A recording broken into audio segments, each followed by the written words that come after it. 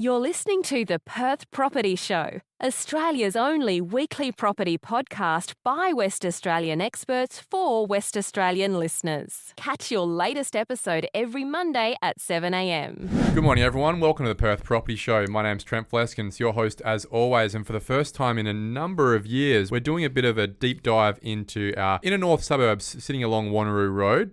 Best way to characterise that positioning.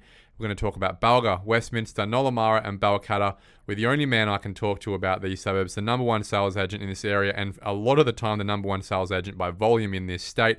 Everyone in this industry knows who he is. It's Adam Naumovski from the agency, mate. Thank you for coming in. Thanks for having me again, Trent. It's been a while. It's been a long time. You were one of the first people to come on this podcast back in 2019. I think we even recorded it in late 2018 at the time as we were setting the podcast up. You were one of the first people to give this place a crack. Now we're closing in on 300 episodes. Well done to you, mate. Congratulations. Great milestone. Thank you. Well, what that means is we're about 6 years along since we first started having a conversation about property in the area. And to be frank, a lot has changed in terms of price points, especially in your neck of the woods, hasn't it? Most definitely. Massive changes in the last 6 years, in particular the last 3 to 4 years, but still going on at the moment as well. For those people who haven't been listening since 2019, it'd be great if we can go back a little bit, provide a bit of a characterization, if you can, about the different suburbs we're talking about here. We really do see a fairly obvious stepping of socio-demographics and economics as we go through these suburbs that we're talking about today. Can you run us through Balga all the way up to Balga? Balga historically is a bit of a lower price point when comparing those 4 suburbs. It's definitely entry-level housing, a mixture of townhouses, villas, predominantly R40, which has been developed over the last 15 odd years. And then you've also still got your original houses or your original dwellings on your larger subdivisible blocks. How big were those blocks normally? So 728 square metres is the standard block size across all of those suburbs, really in the R40 zoning. That's probably takes up, I dare say, about 80%. And then the other 20% would be mixed, usually about 800 to 900 square metre blocks, especially when they're on corners or whatnot. But your standard block size throughout those areas is 728 square metres,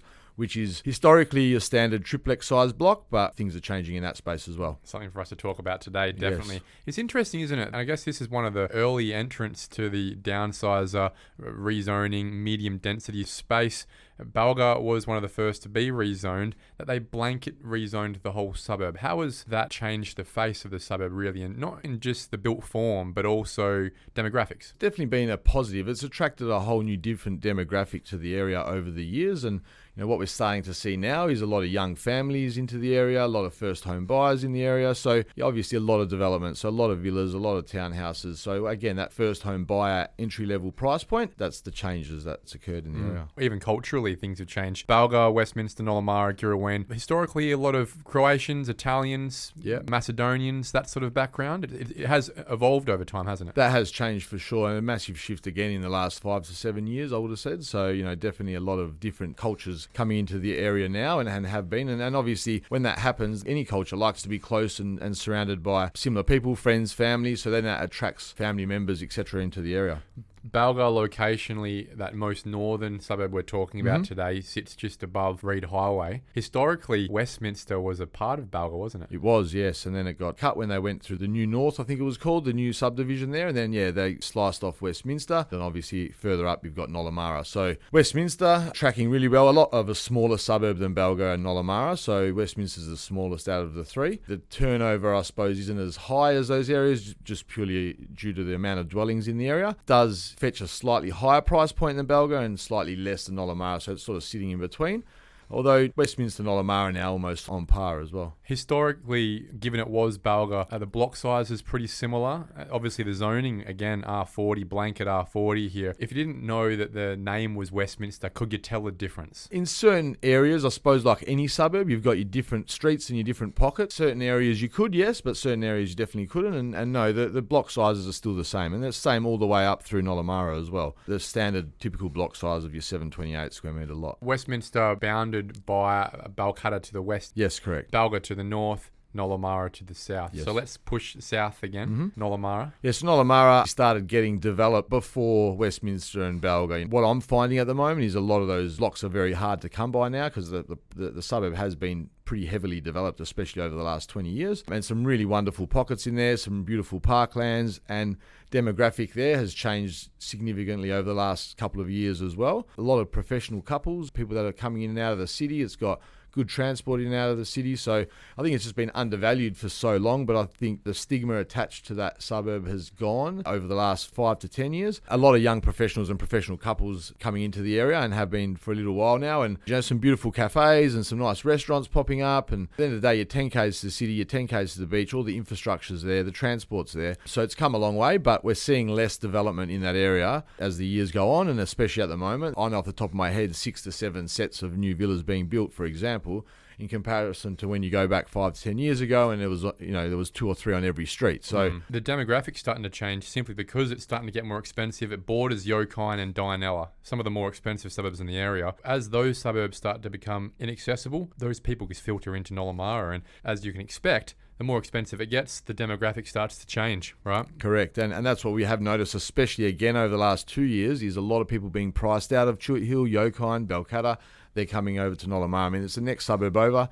And when you look at value for money, you're pretty much next door and you're getting a brand new product, for example, and sometimes $250,000 to $300,000 less than a K or two up the road. You head west across Wanneroo Road, you've got Balcata, pretty big suburb, big Italian background when I think about the soccer club, and every second house has the plaster lines at the front and the gold tiles. And for me, that's a suburb that hasn't changed as much in terms, it's still retained a lot of its heritage. Yeah, it has. And what you find there is, and being a Balcata boy myself, what you find there is a lot of the people, the younger generation coming through, don't want to leave the area. So they're staying in the area, trying to buy land and build, or renovating the older homes, taking over the family home, whatever the case may be. But a lot of the people in that Balcata Stirling area, they grew up in the area, don't want to leave that area. They want to stay there. So that's why there hasn't been that much change, especially to the demographic living in the area, which is great. It's a really good family environment and great community, but it is again split up effectively into 2 halves. So you've got the R40 zone of Balcata, and then you've got the R20 zone of Balcata. So the R20 zone of Balcata hasn't changed, and all we're finding now is there's a lot of new builds going on in there, but nice big family homes for people that want to stay in the area. And then you've got your R40 zone, which again was starting to be developed a long time ago. And you got a lot of 3x1s there, right? A lot of that 3x1s. was the early triplex stuff. Yeah, the old houses on the big blocks are very, very hard to come by now in that little pocket, especially around your Harrison Street pocket, where there is development going on at the moment, but very few and far between because the blocks just simply aren't available. Okay, I think that's a fantastic way to characterise all 4 of these suburbs. As we know, homogeneously in Western Australia, prices have gone up, but let's try and track where they've gone to. I remember the first house behind a house subdivision I ever did was in Balga on Fieldgate Square. Yeah. And I remember paying $365,000 for a 728 square metre block with a 3x1 at the front. Didn't have the money to do a triplex, so I thought, well, I'll do a house behind a house. Didn't end up doing the house behind a house, just sold the land at the back to a couple at the time, and this was in 2012-13. At that point in time, I remember prices had dipped to about those low to mid 300s from highs of 500s before, and then they again rose to 500s in 2014-15 for those development blocks. Ironically, if I just held the property and not even developed it, I probably would have made the same profit. But I learned a lot, right? And that's a big part of small scale development. Of course. What we saw after that was prices for those development blocks on 728 square metres dropped to as low as like $290,000 I saw. It was carnage for a while there. Real massive swings. Where is it at today? Yeah, so it's increased significantly, and I think we've surpassed all of those previous years, and we're probably sitting at your 728 square metre block right now, all dependent on house as well. So if the house is a knockdown job and we're just talking about the block itself, mid to high 500s is probably pretty comfortable.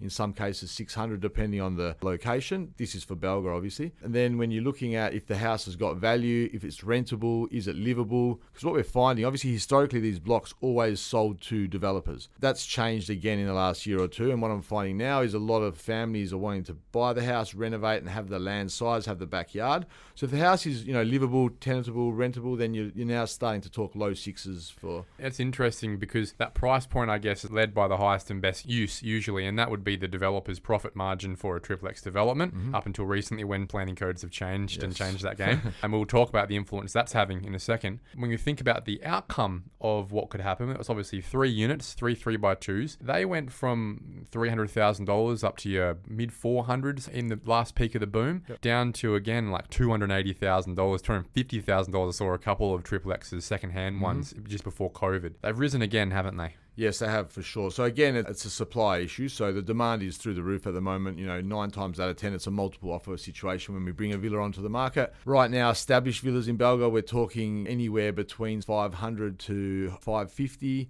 Some cases even a bit higher for your up to 10 years old villa. Then obviously when you go older than that, the price dips. But your average, say, 10-year-old villa at the moment would be sitting somewhere in that low to mid 500 range. Your brand new stuff is definitely cracking the mid to high fives at the minute, but there's just not much brand new stock available. This is new records. Yes, it is. Yes, we're in new ground here, and sure. And a lot of people be scratching their head, like in most suburbs, going, geez, I never thought I'd get to this. this. Yeah, for sure, and it only goes up from there. So, Westminster, for example, the last few established villas that we've sold there, which a lot of this data as well, Trent, isn't available online because, we're talking about what's happening in real time, not what sold 3 months ago, because the market's changing so rapidly. And again, in Westminster and in Nollamara, the supply and demand, demand is outweighing supply, probably 30 to 1 in most cases. And each time we bring a property 30 to 1. I'd say 30 to 1. Each time we bring a property to market, we would expect at least 10 solid written offers per villa. And there's a couple of reasons for that. There's not as much brand new stock as what there usually is. That's now driving the established market. Just going off the last few that we've sold 3x2 in Westminster, up to 10 years old again, they've cracked the 600 mark. So, sitting low 620s, 630s is where the last few have sold 3x2s in Westminster, and then moving up again to Nollamara, same sort of price point, but sitting more around the mid 600s, and your brand new stuff's getting close to cracking the 700,000s now for 3x2s. And we just had another one go yesterday, which was a 3x1 on a 300 square metre block. We had 11 offers in 1 week in Nollamara, and that one went for 700,000, 3-bedroom, 1 bathroom.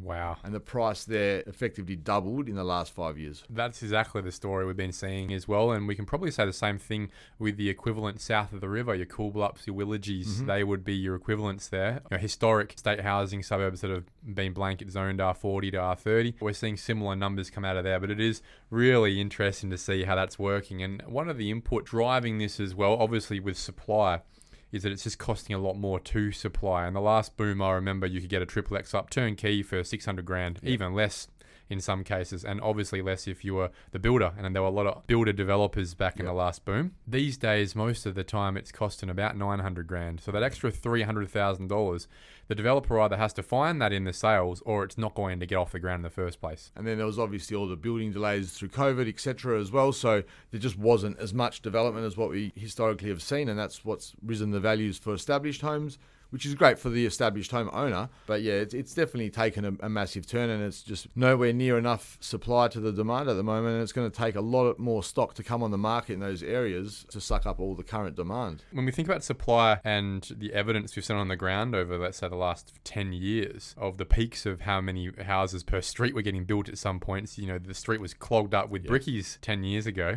And now, as you said, there's a handful in a suburb getting built. And a big reason for that is because developers haven't been able to get builders to build it. They haven't been able to get prices locked down. There's too much build risk in the market. And at the time that you start the development, it's not stacking up, even though, ironically, it seems that most of the time it would have stacked up if you'd just gone and done it.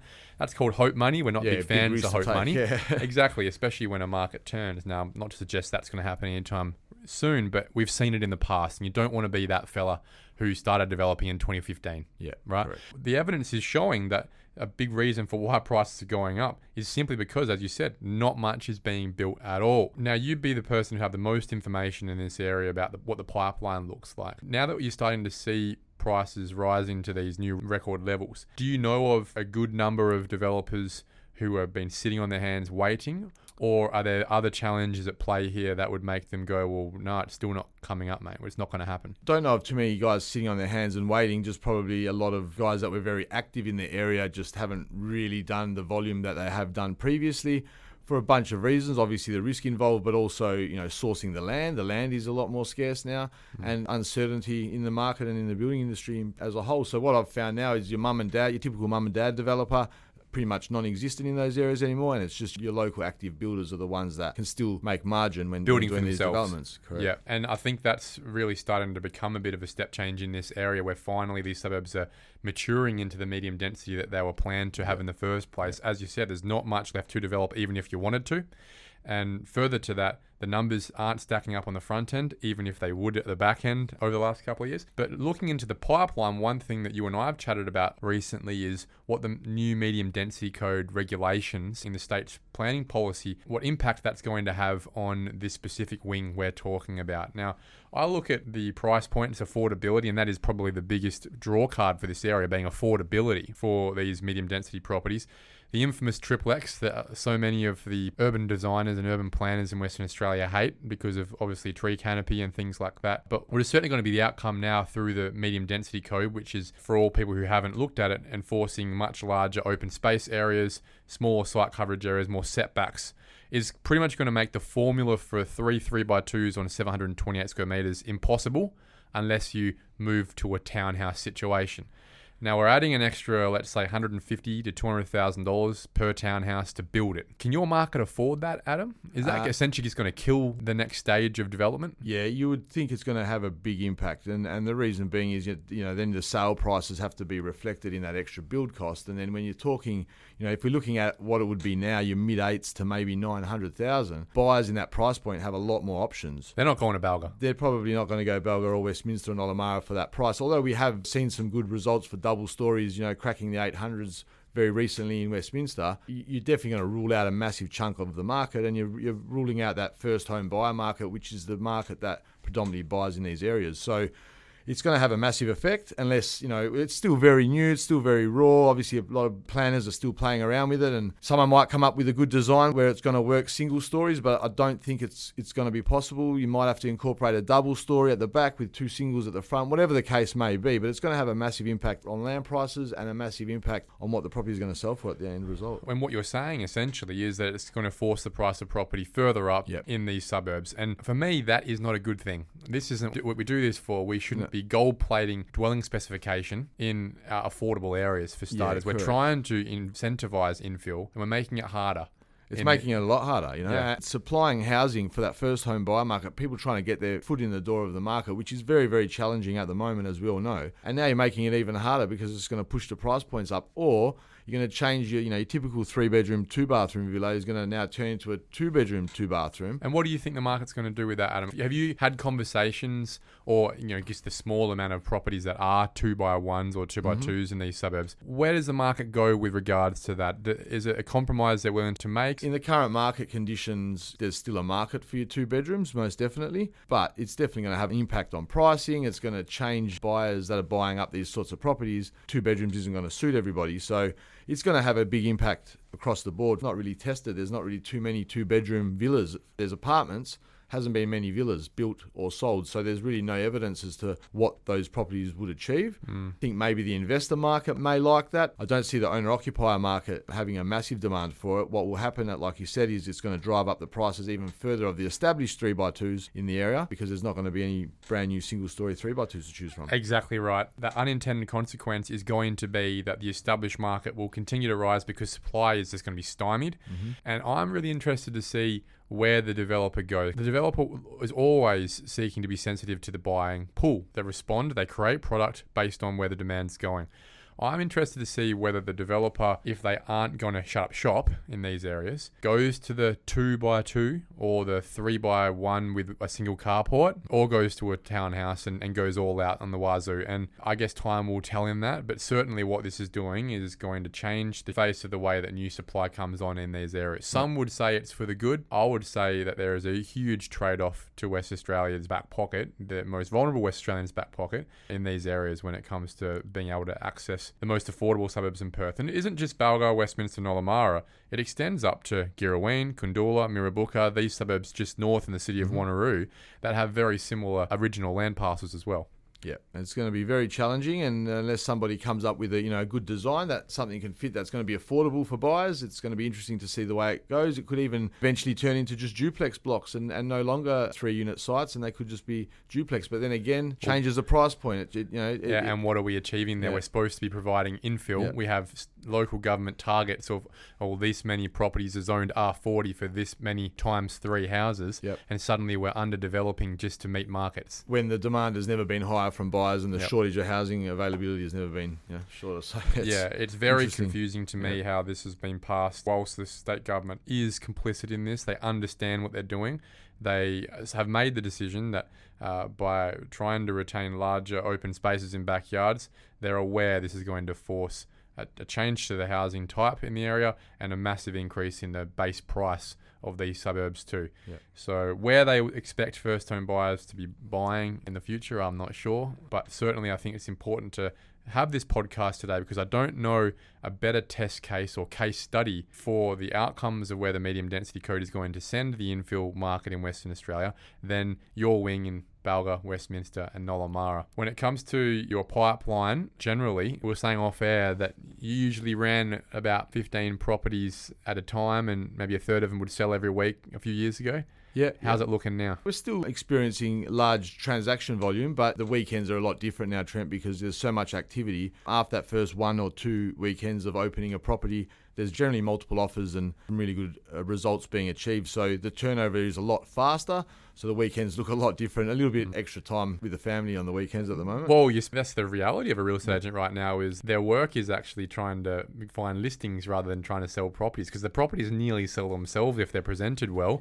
Your job is just to maximize the value for the sale. Get the best result, exactly. Median sales times have gone from 60 days down to 10. Yeah, well, our average days on market in those areas at the moment is 7, and that's only because we force a minimum of 3 home opens because I don't think you're doing, your sellers any good if you're taking the first offer after the first home open. So you do a weekend, a midweek, and another weekend? We'll do Wednesday, Saturday, and Sunday. And generally after that third home open, you're in a multiple offer situation, and then that's when we can get the best result for our sellers. We don't really consider offers earlier on in the piece because it's not giving all the buyers an opportunity to come through the home. But that's our average days on market at the moment. So and by that time, you're pretty certain you've got multiple offers? 9 times out of 10 in the current market, yes. Yeah. That's not going to change for quite a while, Adam. Not while there's that much demand, no. Demand is going to stay constant. Supply, as we've provided in this case study today, is waning, is getting worse. It's not getting better. There's no light at the end of the tunnel that you're seeing on the ground of 20 local developers getting ready to ramp up. No, definitely not. No. So this is where things are going to be at. For everyone listening